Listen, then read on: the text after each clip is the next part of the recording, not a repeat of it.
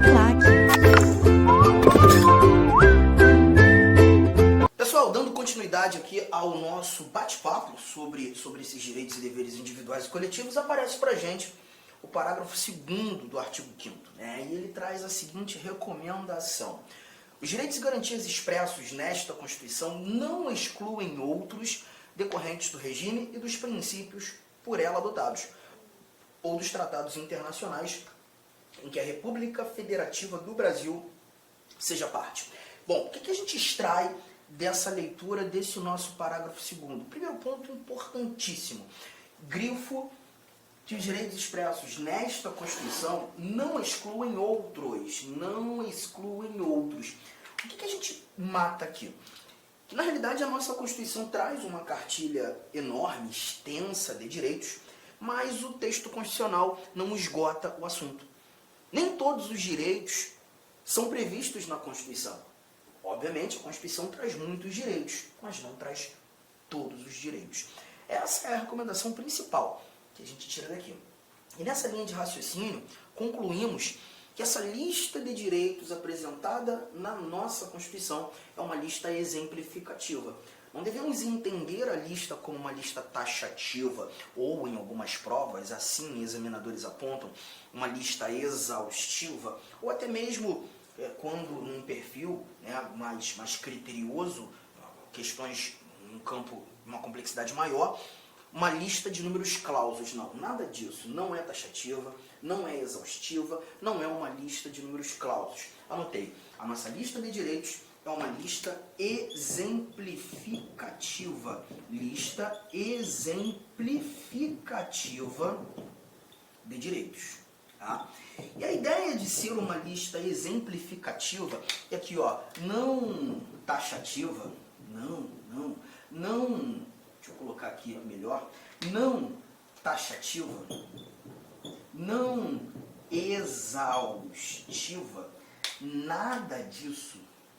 É justamente entender que outros direitos podem ser agregados a estes apresentados na Constituição. Interessante que na leitura, na complementação da leitura, o Constituinte diz que os direitos e garantias expressos nesta Constituição, eles não excluem outros decorrentes do regime e dos princípios por ela adotados. Obviamente, o Constituinte, quando desenhou a nossa Constituição, quando formulou essa literatura constitucional, o Constituinte apresenta para a gente, né, um regime democrático, garantidor de liberdades, e a gente falou muito sobre democracia, né, a nossa democracia participativa, a nossa democracia representativa, quando estudando os princípios fundamentais dessa linha de raciocínio. Novos direitos podem ser agregados à Constituição, oriundos muitas vezes de emendas constitucionais. Todavia, quando da pretensão do Constituinte derivado reformador, aquele que altera a Constituição por meio de emendas constitucionais, há de se respeitar os princípios previamente adotados pelo Constituinte originário. Há de se respeitar o nosso regime democrático. Então a ideia é, novos direitos podem chegar por meio de emendas constitucionais. Um bom exemplo está aqui, ó. Se eu voltar aqui o nosso slide, eu tenho um inciso 79. E nesse inciso 79, nós temos que é assegurado nos termos da lei o direito à proteção dos dados pessoais, inclusive nos meios digitais.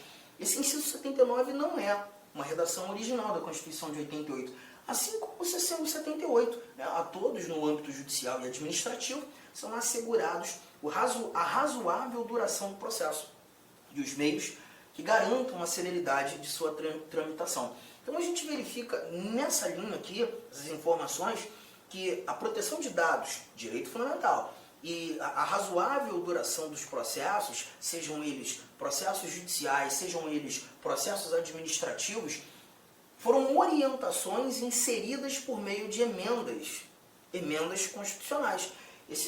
O 79, inclusive, muito recente, né? A gente viu o inciso 79 surgindo no início do ano de 2022, para você perceber, né, a importância de encontrarmos essas recomendações. E isso simplesmente afirma ou reafirma termos uma lista exemplificativa. Nem todos os direitos estão na Constituição, novos direitos podem ser inseridos por meio de emenda. De novo, mais importante levarmos em consideração os princípios, os preceitos, o regime adotados pelo Constituinte originário. Mas para mim essa parte nem é a mais importante. Sim, essa interpretação é importante, mas não é a mais importante que a gente consegue matar tendo como parâmetro o parágrafo 2º. Para mim esse ou em diante aqui é algo muito importante, quando a gente verifica que novos direitos podem também ser agregados por meio de tratados internacionais em que a República Federativa do Brasil seja parte. E aí a gente leva em consideração que o Brasil é signatário, sim, de vários tratados internacionais que versam sobre direitos humanos. Os direitos humanos. Olha, é muito importante nós levarmos em consideração o que seria direitos humanos, ou o que seriam os direitos humanos. Muita gente tem uma dificuldade muito grande, a gente visualiza no dia a dia, no cotidiano, né, o pessoal falando sobre direitos humanos de uma maneira um tanto quanto informal demais, ou até mesmo de forma discriminatória, não sei se seria a melhor palavra, mas isso acontece muitas vezes pelo fato de não saberem genuinamente o que são direitos humanos. E aí a gente lembra de uma coisa, quando nós estudamos princípios fundamentais, o primeiro título da Constituição, quando nós conversávamos sobre os fundamentos da República Federativa do Brasil, aqueles 5 incisos que estão no artigo 1º, o terceiro fundamento da República Federativa do Brasil, a dignidade da pessoa humana. Eu aproveito esse momento justamente para trazer a primeira anotação que entra em seu caderno.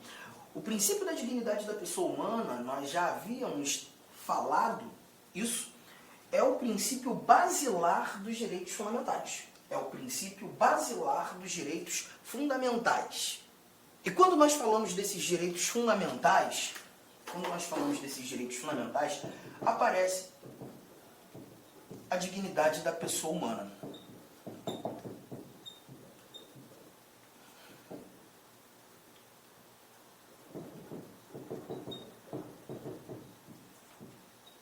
Bom, vamos lá, vamos entender isso aqui. Tá? Direitos fundamentais são desdobramentos do princípio da dignidade da pessoa humana. Só que eu também preciso te mostrar, te dizer que os direitos humanos também se apresentam como desdobramentos do mesmo princípio da dignidade da pessoa humana. Então, preste bastante atenção.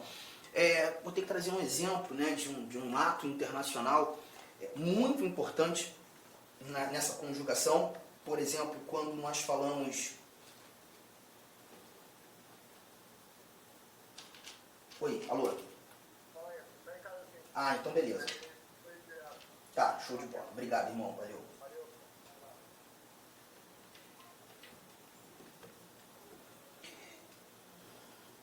Tratar da Declaração Universal dos Direitos Humanos. A Declaração Universal dos Direitos... Eu vou voltar à parte dos direitos fundamentais. Espera aí.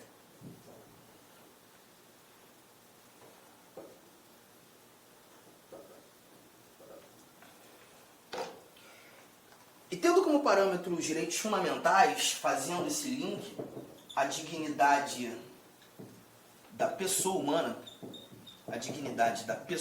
humana, qual é a relação? Direitos fundamentais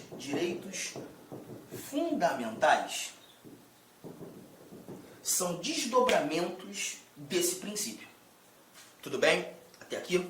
Só que eu também preciso te dizer que os direitos humanos também se apresentam como desdobramentos desse mesmo princípio. Eu vou ter que trazer um exemplo de um ato internacional muito importante no nosso cotidiano, né, que é a chamada Declaração Universal dos Direitos Humanos. Essa Declaração Universal dos Direitos Humanos foi o primeiro ato internacional sobre essa ramificação de direitos humanos, um ato que buscou efetivamente internacionalizar direitos humanos. Esse ato nasce 3 anos após a criação da ONU, pela Assembleia Geral das Nações Unidas, precisamente no dia 10 de dezembro de 1948, em Paris. E ali a gente encontra 30 artigos nessa Declaração Universal dos Direitos Humanos. 30 artigos. Bom, vamos lá, vamos entender isso aqui. Dentre os artigos nós temos liberdade de locomoção, nós temos liberdade de credo religioso, vedação à tortura, falamos sobre remédios constitucionais, temos informações sobre direito de propriedade, sobre direito de nacionalidade, fala sobre educação, fala sobre direitos políticos. Então você percebe que na conjuntura da Declaração Universal dos Direitos Humanos, os exemplos que eu citei aqui são exemplos que também encontramos na Constituição, na nossa Constituição de 1988. Aí alguém poderia dizer, então você está querendo me dizer que a Declaração Universal dos Direitos Humanos teve como parâmetro os direitos fundamentais apresentados na nossa Constituição? Não, ao contrário. Os direitos fundamentais traduzidos no nosso texto constitucional, que na realidade tiveram como parâmetro a Declaração Universal dos Direitos Humanos e alguns outros tratados internacionais que versam sobre a matéria. Perceba, tratam do mesmo conteúdo, ambos desdobramentos do mesmo princípio, o princípio da dignidade da pessoa humana.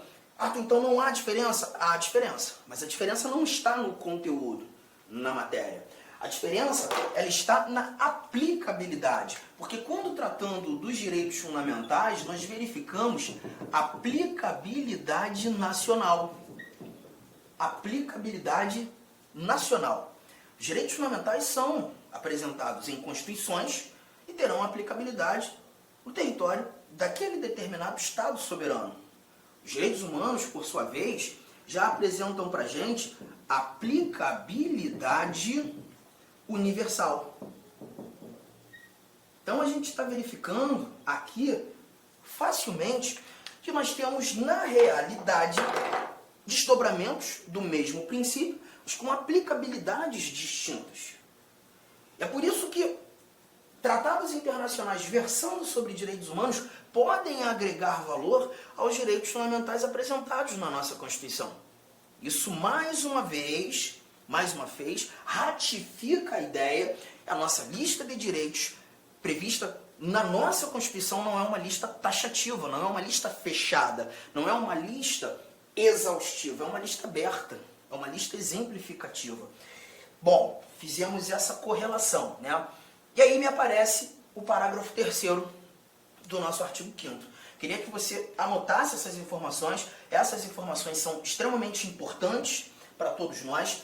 Só que o parágrafo 3º vem e traz mais alguns valores sobre esses mesmos tratados internacionais sobre direitos humanos. Olha o que nós encontramos aqui. Parágrafo 3º. Os tratados e convenções internacionais sobre direitos humanos que forem aprovados em cada casa do Congresso Nacional, 2 turnos, 3/5 dos votos dos respectivos membros serão equivalentes às emendas constitucionais. Perceba que o parágrafo 3º, ele traz para a gente os tratados internacionais tendo que passar por uma aprovação, por uma confirmação do nosso Congresso Nacional. Bom, nitidamente, na interpretação, nós verificamos que os tratados internacionais eles não são criados pelo nosso legislador, pelo nosso poder legislativo, mas eles devem ser confirmados pelo nosso legislador, pelo nosso poder legislativo. Aí eu te lembro um detalhe, não faz parte desse conteúdo nesse momento, mas quando nós estudamos as competências do Presidente da República, artigo 84, inciso 8º, nós encontramos que compete privativamente ao Presidente da República celebrar tratados e convenções internacionais, Presidente agindo como chefe de Estado, representando a soberania da República Federativa do Brasil, sujeitos a referendo do Congresso Nacional. E aí a gente vem mais uma vez para o quadro para fazer mais uma anotação. Essa anotação aqui, ó, as equiparações dos tratados internacionais. Cuidado com esse bate-papo, isso aqui é extremamente relevante para a gente. Começa assim, ó, em regra geral, os tratados internacionais, eles são equiparados as leis ordinárias federais. Eles são celebrados pelo presidente da República e sujeitos ao crivo do nosso Congresso Nacional. E quando falo crivo do Congresso Nacional, esse tratado internacional que tem força de lei, uma norma infraconstitucional, ato normativo que está abaixo da Constituição, devem passar pelas duas casas do Congresso Nacional, Câmara dos Deputados, Senado Federal, as duas casas do Congresso, a exigência de um único turno de aprovação e a maioria mais fácil que tem, a maioria simples, que é aquela maioria que a gente costuma dizer metade mais um daqueles que estão presentes naquela determinada sessão de deliberação, aquela determinada sessão de votação, tá? É engraçado, eu tinha estudado isso de uma outra forma. Eu tinha estudado isso aqui, duas casas, dois turnos, 3/5. Não é isso? Calma, por enquanto, ainda não. Porque a gente está tratando dos tratados internacionais que têm força de lei. Esse tratado ou essa equiparação é a equiparação regra, tá? Quando a gente vai lá para o parágrafo 3º do artigo 5º, aquele que a gente acabou de ler, nós verificaremos um outro tratado, que são os tratados internacionais que versam sobre direitos humanos. Aí o cuidado que você tem que ter. Esses tratados, esses aqui, acabam tendo força de emenda constitucional. Acabam tendo força de emenda constitucional.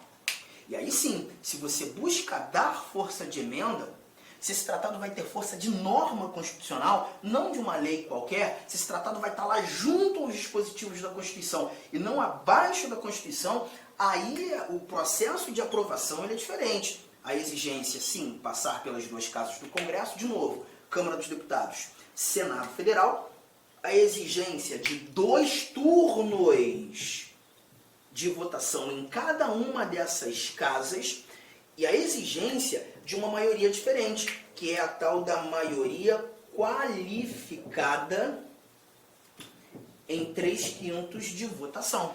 Tá? Deixa eu fazer alguns comentários pertinentes aqui para você. Sempre quando a Constituição, você já começa a entender isso agora, sempre quando a Constituição exigir uma votação em fração, essa maioria vai ser chamada de qualificada. Como regra geral, tendo como parâmetro conteúdos programáticos que são recorrentes em concurso público, nós temos, na realidade, em regra geral, 2 frações. Ou o Congresso delibera em 2 turnos, ou o Congresso delibera em 2/3, ou em 3/5. Nesse caso, 3/5. E essa fração que sintetiza a tal da maioria qualificada, porque é uma maioria mais exigente, é uma maioria mais robusta, é uma votação mais solene, você vai ter sempre como base de cálculo total da casa. Então perceba, aqui eu não vou usar os 3/5 daqueles que estão presentes. Não, 3/5 do total, independentemente de quantos estiverem presentes. Poxa, Arthur, essa votação aqui é mais criteriosa, né? Mas tem que ser, porque você está versando sobre um conteúdo muito importante, direitos humanos, que vão agregar valor aos vários direitos fundamentais que estão na nossa Constituição. Então, o que eu quero que você perceba? Por enquanto, eu estou te mostrando aqui 2 equiparações possíveis aos tratados internacionais. Existem tratados internacionais que terão força de lei e existem tratados internacionais que terão força de emenda. Arthur, quais são esses tratados internacionais que terão força de lei? Os tratados internacionais com força de lei são aqueles tratados internacionais que não versam sobre direitos humanos, que não tratam desse conteúdo. Então, me dá exemplos agora.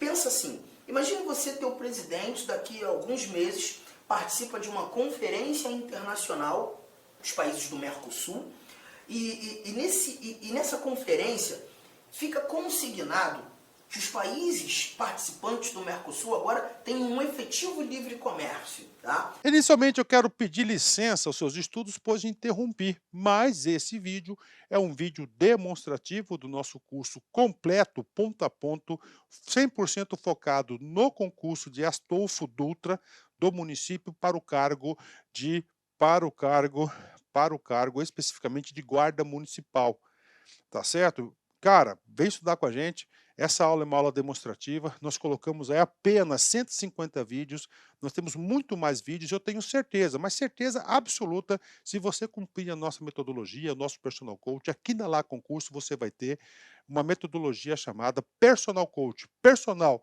significa pessoal e coach significa treinador. É o estudo em regime de metas. Isso é só aqui na Lá Concursos e eu tenho certeza que você ficará super satisfeito. E para você aí do município, promoção, investimento apenas R$ 100. R$ 100, é isso mesmo. O que você faz com R$ 100? Professor, parcela em 10 vezes sem juros ainda esses R$ 100. Então vem estudar conosco aqui da LAC Concursos. Forte abraço, espero vocês. Tchau, tchau. Clique lá.